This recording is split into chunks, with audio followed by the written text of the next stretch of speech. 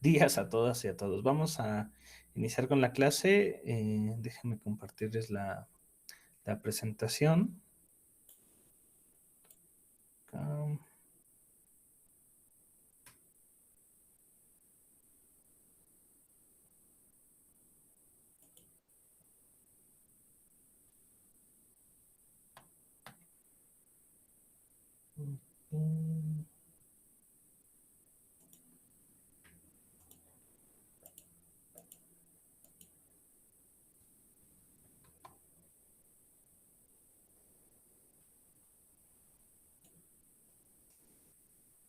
Bien, la última clase ya estuvimos platicando sobre el hecho generador, que al final de cuentas este hecho generador es ubicarnos en el supuesto jurídico.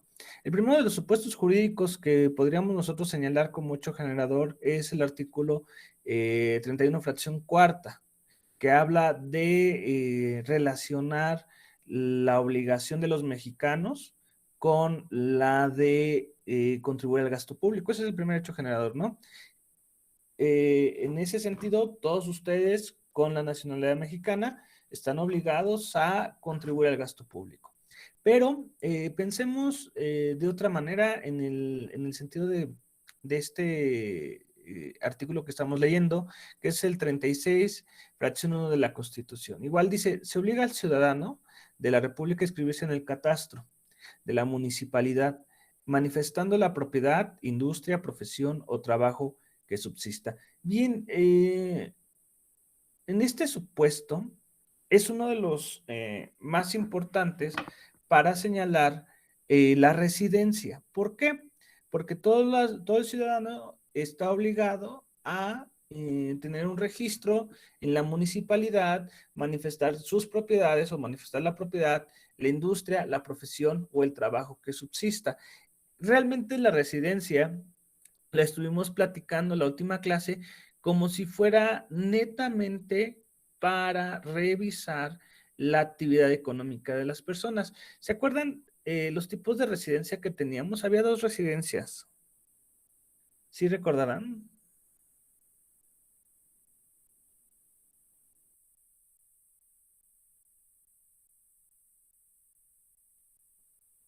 Vimos la que era de las personas físicas y las personas morales. Para las personas físicas, ¿cuándo se le va a considerar residente? Sí, Profesor, perdón, Andrea, adelante. ¿sí me escuchó? Sí, te escuchas bien. Ok, era cuando obtenía más del 50% de sus ganancias de México, ¿no? Muy bien, era cuando el 50% de las ganancias de su riqueza se obtuvieran en el país de México. En ese caso entenderemos que son residentes. No quiere decir esto que el sujeto deje de contribuir, porque bueno, va a tener otros gastos, otras actividades en los cuales podrá caer en este hecho generador. Muy bien, y para las personas morales, ¿cuál era el supuesto? Que una de sus sedes administrativas estuviera aquí, o sea, que estuviera constituida bajo leyes mexicanas. Muy bien, que una de sus sedes estuviera aquí o que sea una parte directiva se encuentre también en el Estado. ¿Qué quiere decir? Bueno, tiene una sede administrativa, pues tiene contratado personas, tiene cosa de producción, tiene un domicilio, tiene ya esa sede. Pero supongamos que solamente produzcan aquí y tengan su material contable. Esto se va a considerar como una actividad directiva. Entonces, ese material contable se va a entender que este sujeto está realizando un giro comercial en México. Muy bien, perfecto. Esto tiene que ver con el artículo 36, que también es un hecho generador. Dice, bueno, en este caso ponemos el ejemplo del catastro. El catastro es una forma de ubicar un bien inmueble, el cual tenga un valor frente a quién, a la municipalidad. Este valor que se tenga frente a la municipalidad podrá variar. ¿Por qué podrá variar? Bien, dependerá del, perdón, del número de cuartos que tengan, la extensión territorial que tengan, el tipo de actividad para la cual se constituyó el bien inmueble, porque no es lo mismo que se haya constituido como casa habitación, como actividad para poder realizar ventas o a lo mejor como plaza pública, ¿sale? Entonces, eso va a depender mucho. Y aquí dice, y cuando caes en el supuesto, en el caso de que este sea expropiado, se regularizará bajo el valor del catastro, ¿vale? Bien, eso nada más será como nota. Vamos a lo que sigue. Permítame. Bien, poder legislativo. ¿Recuerdan las características del poder legislativo? ¿Quiénes participan y cómo en la creación de leyes? Particularidades del poder legislativo en materia fiscal. A ver, ¿cuáles son sus características del poder legislativo?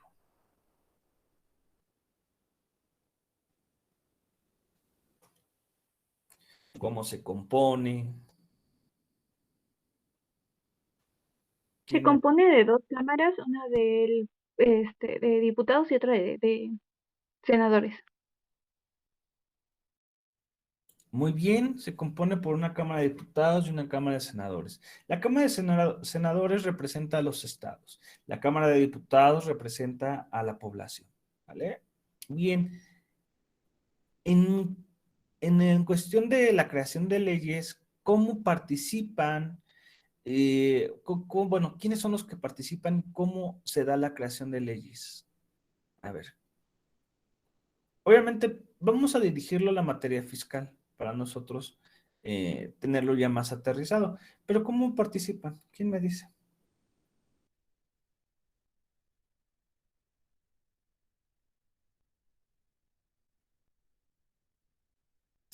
La Con participación una, es... Adelante, adelante. sí, perdón, con una iniciativa de ley donde en la Cámara de Diputados pues la discuten. Bueno, con el proceso legislativo que ya conocemos, después se pasa al Senado para su aprobación, bueno, perdón, para que la reafirme y después se manda al Ejecutivo para su aprobación. Muy bien. En este sentido, una parte legislativa es desde la iniciativa de ley, Cámara de Origen, cada receptora y obviamente va a ser la que perdón, es la cámara revisora o receptora. Va a ser la que revise, autoriza y en su caso se pasa a la promulgación. Aquí es importante mencionar que no es la única forma de participación. Hay dos participaciones más. Para la aprobación de la ley de ingresos, únicamente la hace ¿quién?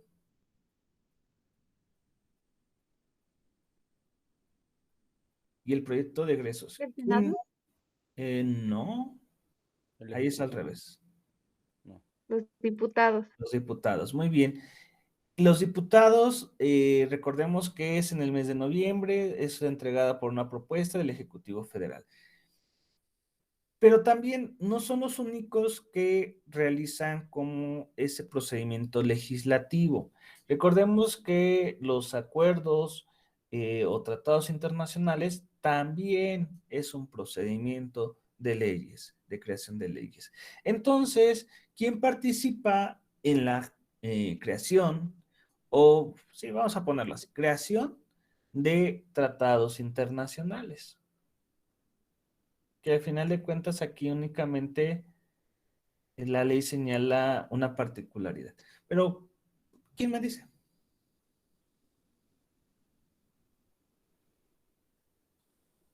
Recordemos. Quienes lo aprueban y ratifican es el Senado.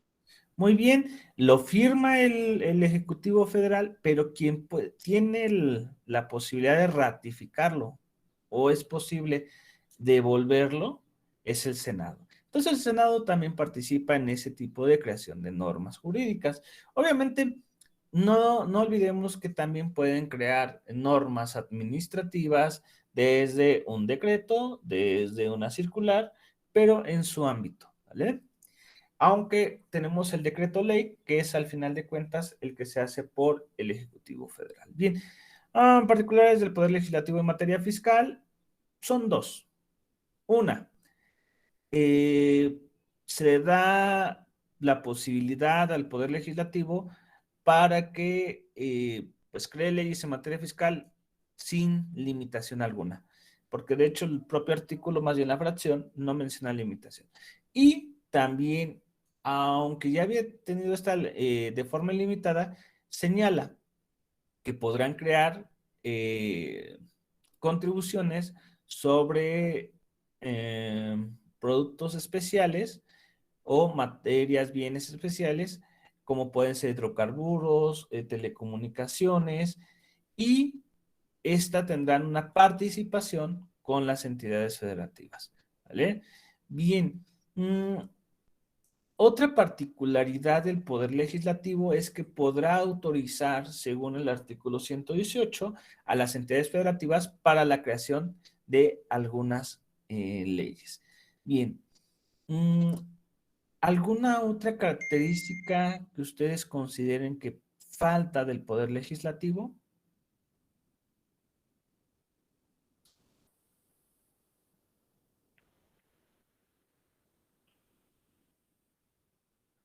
¿No? Bien, pasemos a la siguiente. Tengo por ahí, Mitzi. Adelante, Mitzi.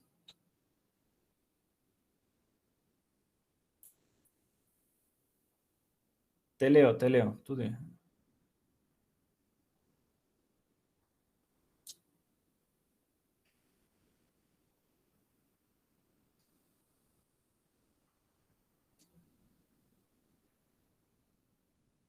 La última particularidad del poder. Ok.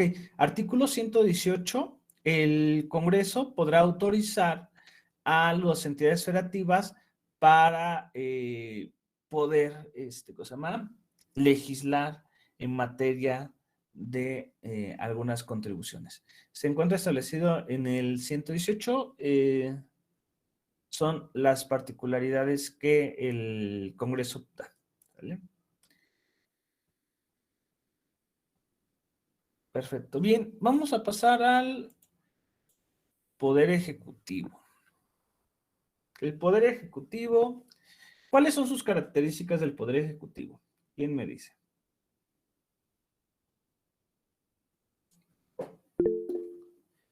Adelante, Edgar. Que el Ejecutivo calcula los ingresos públicos para preparar la iniciativa de egresos. Ok, lo calcula y también hace una propuesta de los egresos, como señalas, para calcular cómo se van a gastar. Muy bien, y es quien lo propone. ¿Qué otra característica tiene el Ejecutivo?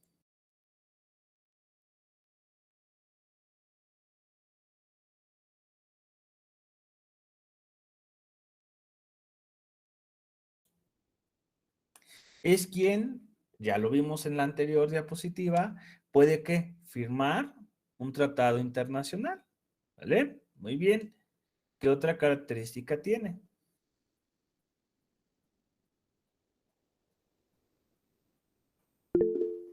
Edgar, adelante. Que recauda y encausa las cantidades correspondientes. Muy bien, es el encargado de la ejecutividad sobre las contribuciones, sobre la administración y gestión de las contribuciones, porque al final de cuentas es quien puede ir y tocarnos en la puerta y decirnos, debes dinero, o decirnos, ¿sabes qué? Parece que debes dinero, te voy a iniciar un procedimiento. Es el único que puede, porque realmente no lo hace a través de un mandato judicial, sino es una ejecutividad administrativa netamente. Muy bien, perfecto. ¿Qué otra característica tiene el Ejecutivo?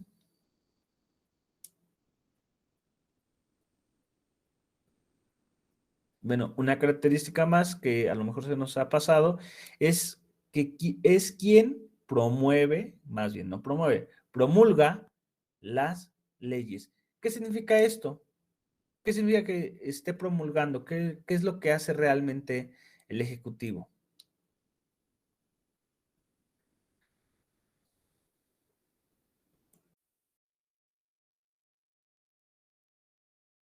Que las publica en el diario oficial. Muy bien, para que una ley tenga vigencia y tenga aplicación, deberá ser sancionada y publicada en el Diario Oficial de la Federación. Eso es que sea promulgada. Si las leyes no tienen vigencia, más bien, si las leyes no han sido publicadas ni sancionadas, pues no tendrán ni vigencia ni aplicación. Aquí es importante señalar, hace tiempo, por ahí, cuando fue la discusión de ah, de las pensiones de los expresidentes, por ahí salió que esas expensiones, o más bien las pensiones que eran sujetos los expresidentes, nunca fue publicado el decreto. Sí existía, pero nunca fue publicado. Entonces estaba aplicando una norma que no era vigente y no era aplicable. Simplemente se estaba realizando. ¿Qué es lo que le había hecho falta a este sistema de pensiones expresidenciales? Pues que estuviera publicado en el Diario Oficial de la Federación y que tomara vigencia. Por eso fue tan sencillo que en este ejercicio presidencial entraran, ingresaran y bajo esa tesitura, pues bueno, ya no se pagaran las pensiones. No se tenía que hacer ningún tipo de, ¿cómo se llama? Movimiento. Porque obviamente no estaba ¿cómo se llama? No estaba vinculado jurídicamente. Perfecto. Bien, ya hemos platicado quiénes participan y cómo participan en la creación de leyes. El Ejecutivo va a participar principalmente en la creación de decretos ley, pero sí tiene una relación vinculante cuando hablamos de la propuesta de la ley de ingresos, el proyecto de egresos, la propuesta de planeación, aunque hay una Secretaría de Planeación, también el Ejecutivo, pues obviamente es encargado de todas estas. Son centralizados al final de cuentas todos los organismos de Estado. ¿Qué otra forma participa? Bien, habíamos platicado por ahí que también en la condonación. ¿Quién es el que puede condonar? El Ejecutivo. ¿A través de qué? A través de un decreto. Bien, entonces esa es realmente la participación que tenemos en la creación de leyes. También teníamos con una de las características, era que es quien firma los tratados internacionales. Bien, ¿alguna particularidad del Poder Ejecutivo en materia fiscal? ¿Qué piensan ustedes? ¿Alguna particularidad? A lo mejor de las que ya platicamos o a lo mejor alguna particularidad fuera de lo que hemos platicado. ¿Quién me dice?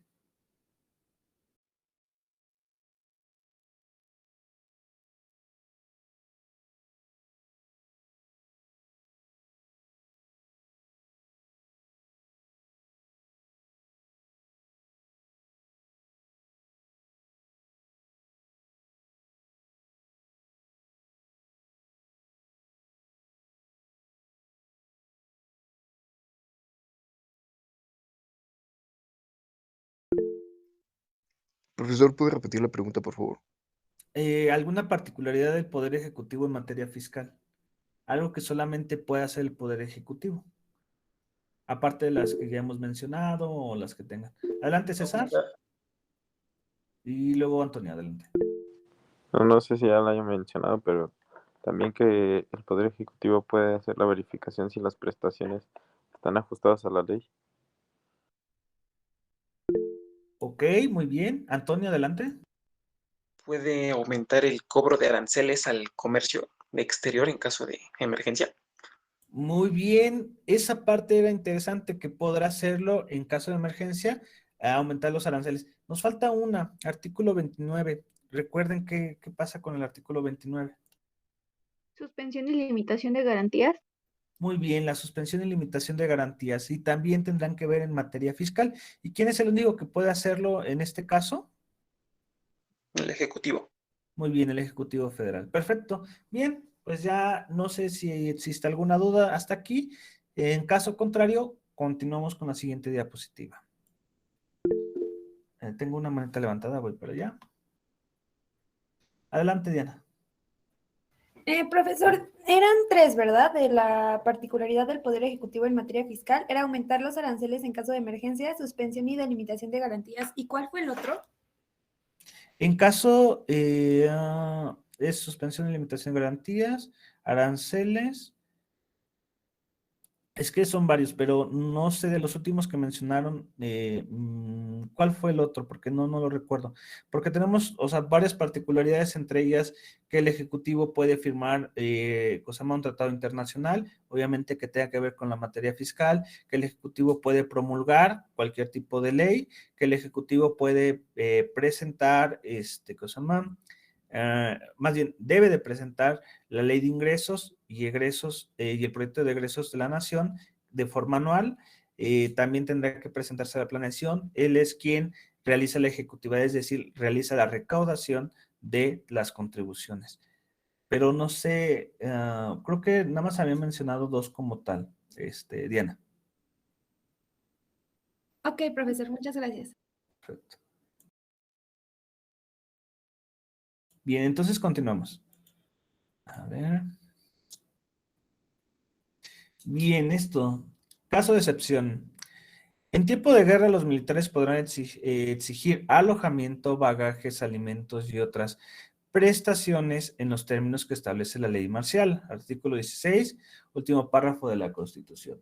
Esa disposición legal autoriza la creación de verdaderos tributos especiales en tiempo de guerra y limita en términos de que la ley establezca, que establezca la ley marcial. Es una excepción a la regla general, se justifica por el estado de crisis a la que estos corresponde, lo cual supone también, indudablemente, la suspensión previa de los derechos fundamentales en términos del artículo 29. Bien, entonces aquí algo importante de señalar es que una de las limitaciones, más bien una de las particularidades del Poder Ejecutivo es que va a poder suspender o limitar las garantías, los derechos fundamentales y también algunas cuestiones en derechos humanos derivado. Pero en el caso de guerra, porque obviamente no solamente se suspenden los derechos fundamentales por cuestiones de guerra, también por catástrofes, pero en el caso de guerra, se dice que los militares podrán exigir alojamiento, bagajes, alimentos y otras prestaciones. Esta sería una contribución pues netamente especial. Recordemos que la contribución es para cubrir el gasto público.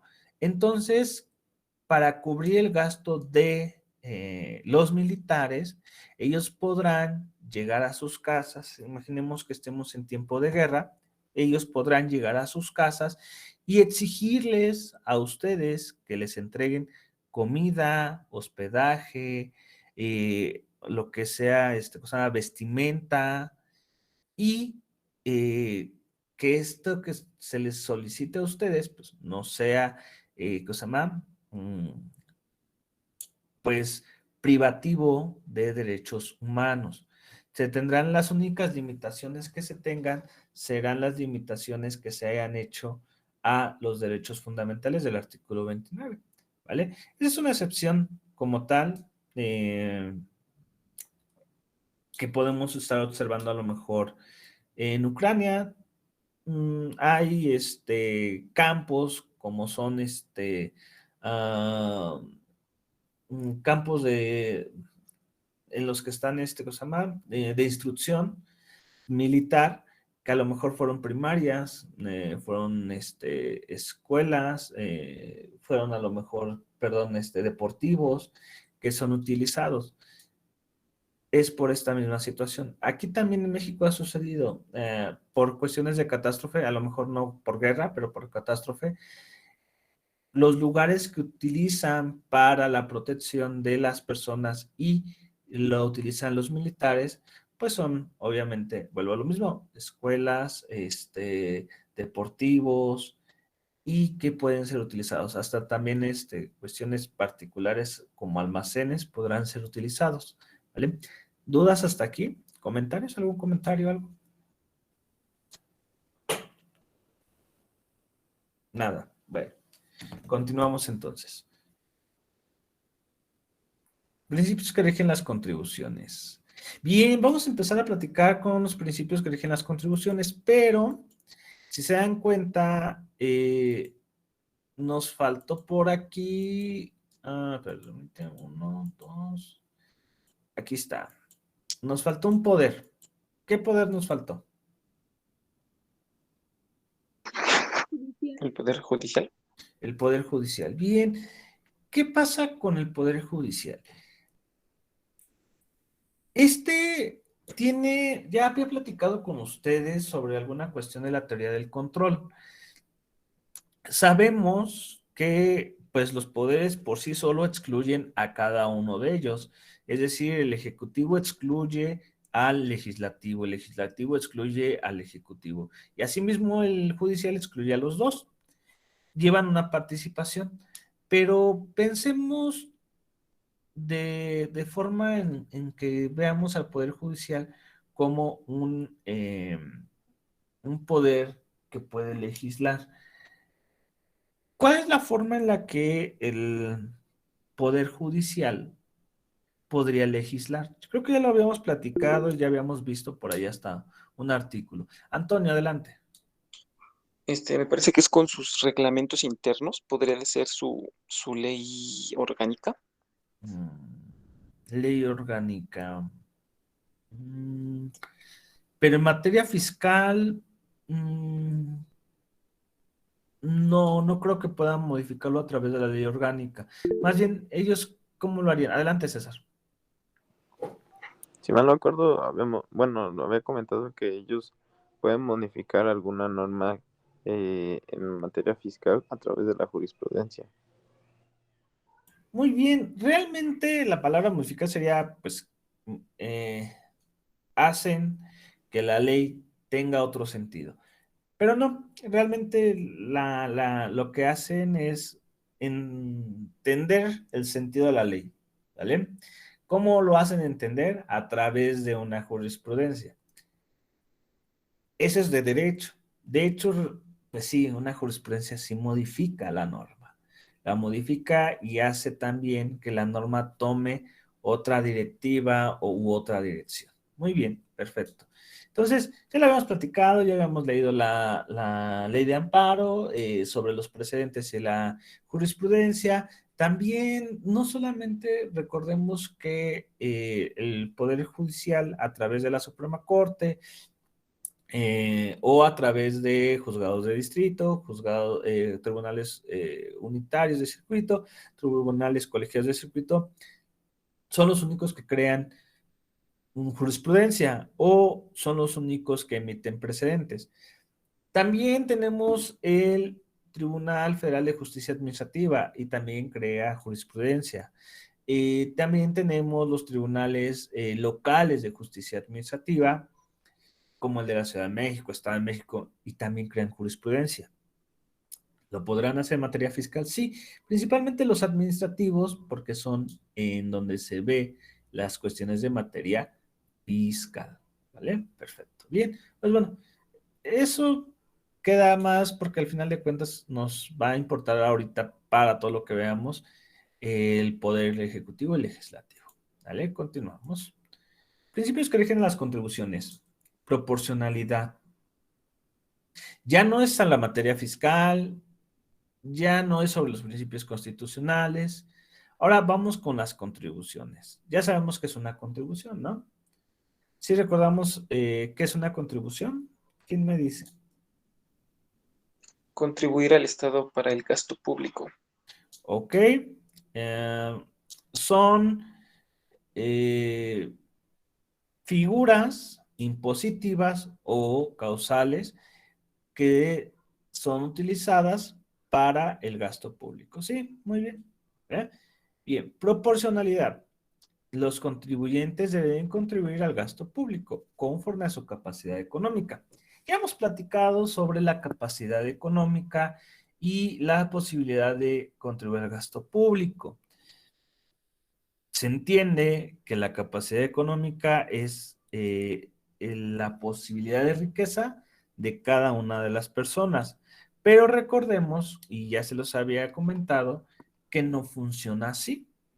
Que si bien es cierto, se habla de una proporcionalidad, también lo es que no es totalmente cierto. Por ejemplo, supongamos de una persona que tiene una capacidad económica muy buena y pues tiene bastante dinero, pero va y en vez de comprar un bien inmueble que sea en una zona, pues, en la que se pague mucho por la vida ahí, es decir, una vida que sea muy cara por todos, ya sea por los servicios que se tengan, ventas, todo, lo que comprenda sea una zona cara. Pero esta persona en vez de ir ahí, se va a una zona que apenas está en construcción, o se va a una inmobiliaria que son de las que se usan para pedir créditos de seguridad social y compra un bien inmueble, uno de 800,000 pesos, pero tiene una riqueza muy fuerte. La pregunta es, ¿pagará su impuesto predial de ese bien inmueble de acuerdo a su capacidad económica? ¿Sí o no? ¿Qué piensan ustedes? Que no, profesor. Bien, Diana, pues al final de cuentas no, porque este impuesto, a pesar que las contribuciones no es para una sola contribución, es decir, la proporcional no es para únicamente el derecho, derechos, únicamente aportaciones de seguridad social, únicamente para contribuciones para mejoras o para impuestos. No, es para todas las contribuciones, la proporcionalidad. Obviamente, no funciona así, ¿vale? Entonces, si bien es cierto, debe de haber alguna cuestión proporcional, también lo es que no se da en todos los casos. O sea, si hay a veces hay un beneficio y una diferencia para las personas que tienen mayor ingreso. Siempre va a ser eso. La persona que tiene mayor ingreso y tiene la solvencia podrá verse beneficiado de eso. Una persona que no tenga la solvencia o no tenga ese mayor ingreso, pues no se va a ver beneficiado y siempre va a perder. ¿Vale? Bien, equidad. Este concepto también es importante. Es igualdad que se traduce en que los gobernados deben recibir el mismo trato cuando se ubican en similar situación jurídica o de hecho, ¿vale? A ver, todavía no vemos como tal, no adentramos a los impuestos, hemos platicado sumeramente el ISR, ISR, IVA y IEPS, que nada más lo hemos estado platicando por ahí. Pregunta, ¿cómo nosotros podemos hablar de equidad en esos tipos de impuestos? Porque si hablamos de equidad en derechos, pues no hay problema. Hay un catálogo que dice, tú por tener un carro vas a pagar el refrendo y es la cantidad de tal. Es el mismo derecho y todos lo pagan. Todos se encuentran en la misma categoría. No hay problema. Aportaciones de seguridad social. Bueno, dependiendo de lo que tú ganas, vas a dar un porcentaje. Pues todos se ubican en el mismo supuesto. Contribuciones para mejoras. Tengo aquí afuera una mejora que están haciendo y que me estoy viendo beneficiado, y somos varios los que estamos aquí en esta calle, pues entonces vamos a pagar. Pero en cuestión de impuestos, en cuestión de cobro de impuestos, es diferente la equidad. ¿Por qué? Porque va a haber sujetos que ganen, un ejemplo, 30,000 pesos, pero van a pagar impuesto diferente o una cantidad, más bien vamos a ponerlo, cantidad diferente. ¿Por qué? Porque se puede traducir en cuestiones de exenciones, deducciones, créditos, se puede también entender en cuestión de deudas. Entonces, ¿realmente habrá una igualdad o no habrá una igualdad? ¿Qué piensan ustedes?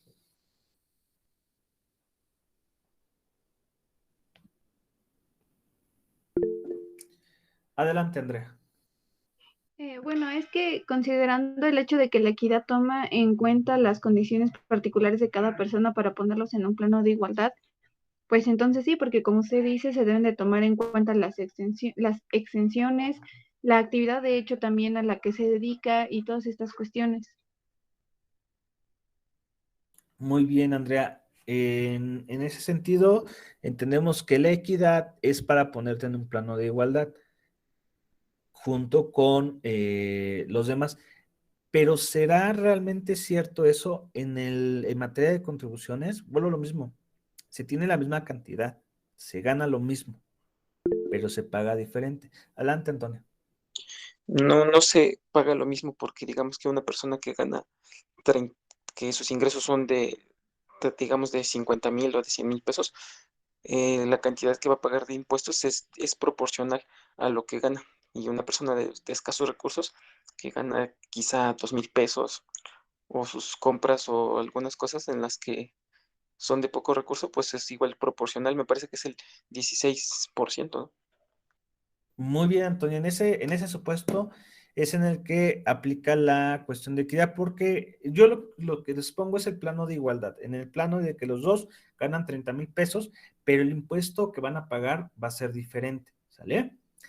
En el supuesto que tú colocas, eso sí se pone en plano de igualdad, principalmente en materia, perdón, en personas físicas, cuando hablamos de cantidades diferentes. Hay un tabulador, hay tarifas, perdón, cuotas y tarifas, en las cuales el sujeto si gana de 0,1 pesos hasta 1,000, 2,000 pesos, les dice, vas a pagar el 2% o no vas a pagar, ¿sale?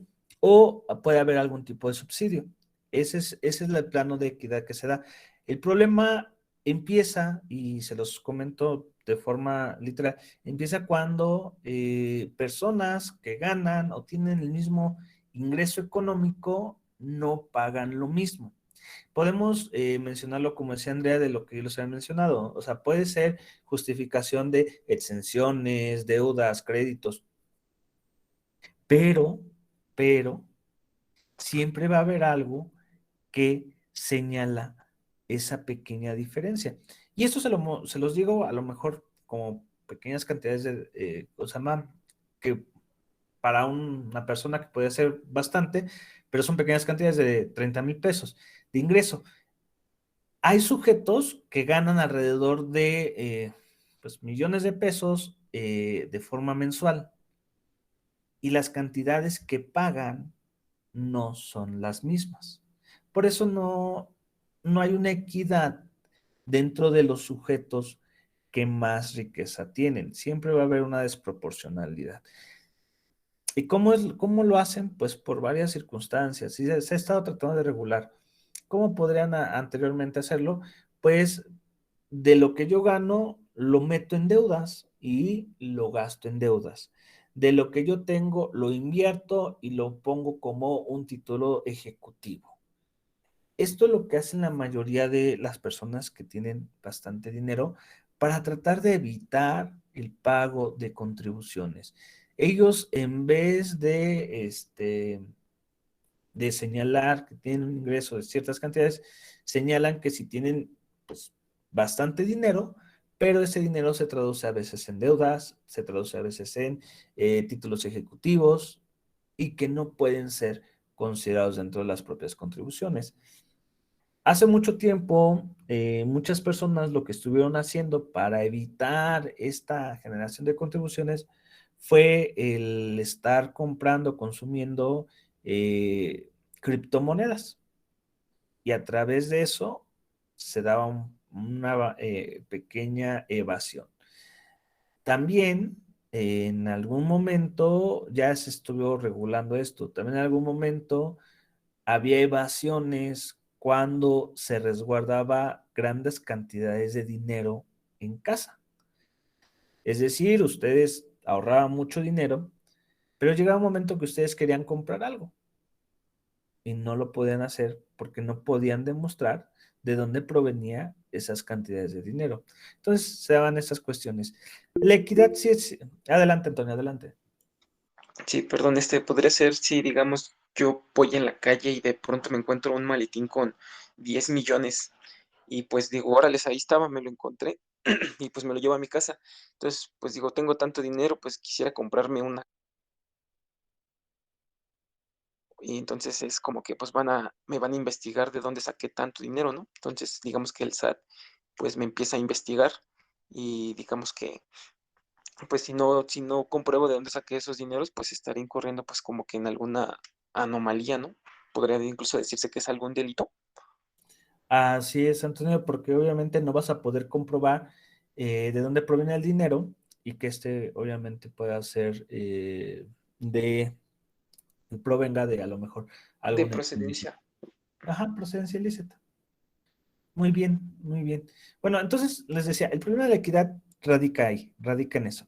Vamos a ver este último y terminamos el día de hoy, que es justicia social. Son disposiciones que protegen a los sectores de la población más pobres, más necesitados y con menor capacidad contributiva. ¿Qué es lo que pasa? Pues tenemos que buscar o se tiene que buscar esta protección a no solamente sectores de población, sino grupos vulnerables. No solamente es decir a los pobres, necesitados o con menor capacidad contributiva. Realmente con las nuevas modificaciones a derechos humanos, debemos de buscar los sectores de población o grupos vulnerables.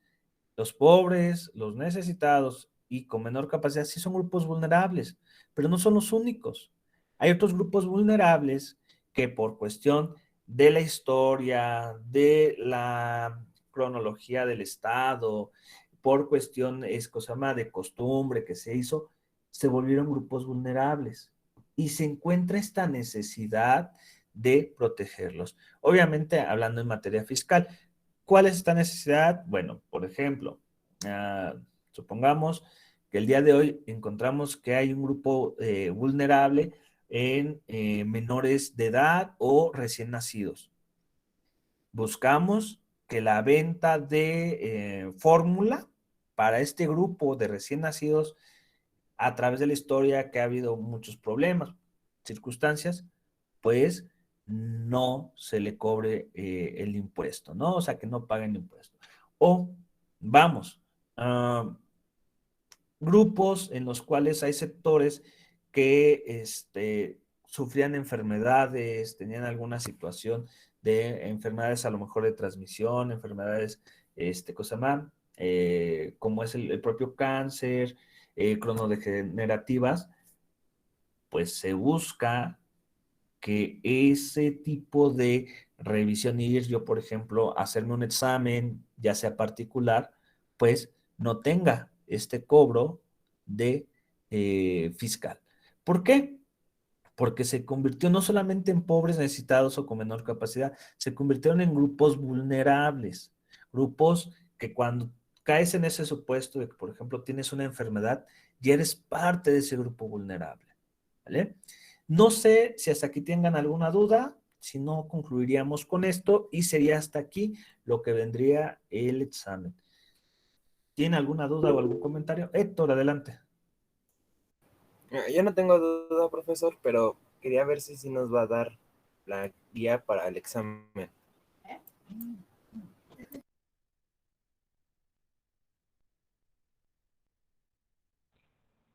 Y de igual forma, profesor, mis compañeros estaban comentando si es que usted nos podría explicar cómo va a ser la dinámica en el examen. Claro que sí. Bien, la guía el día de mañana se las tengo lista, ¿vale? Y la dinámica de examen, ojalá, bueno, ya hayan escuchado, 29 y 30 vamos a hacer una suerte de repaso. Entonces necesitaría que por ahí armen grupos de máximo 5 personas, 29 y 30. Y el día 31 el examen va a ser de forma escrita, ¿sale? Entonces, el 29-30 que hagamos este repaso, posiblemente, dependiendo de también las respuestas que ustedes den, si obtienen, por ejemplo, se hacen 5 preguntas al equipo y todas están bien, pues les puedo cambiar la calificación, les puedo decir, tienen 10 y ya no hacemos examen escrito, ¿vale? Entonces, 29-30 es su repaso. ¿Vale? Mañana les publico la guía y el examen va a ser cosa personalizado. Cada uno tendrá, de las personas que no realicen el repaso o no quieran, tendrán su examen personalizado y tendrán que responder de acuerdo a las preguntas, ¿vale? Y tienen todo el día, desde las 9 hasta las 12 de la noche. ¿Vale? No sé si quedó alguna otra duda o algún comentario. ¿No? ¿La guía nos la haría llegar por WhatsApp, profesor? Es que mañana no tenemos clase. Ah, no, se las voy a hacer por el tablón, se las coloco en el tablón de Classroom. Mitzi, para el repaso les voy a hacer preguntas que va a ser el 29:30. Pueden hacerlo individual o por equipo. El equipo sería máximo 5 personas y les haríamos preguntas de repaso para el examen. En el caso que todas las preguntas ustedes las contesten bien, podríamos catafixiar el examen por la calificación que obtengan en esas preguntas. Funcionaría así.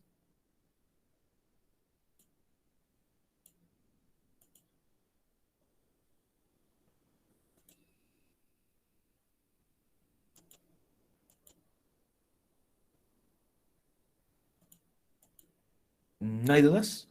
Perfecto, bien. Si no hay dudas, concluiríamos el día de hoy. Gracias, profesor.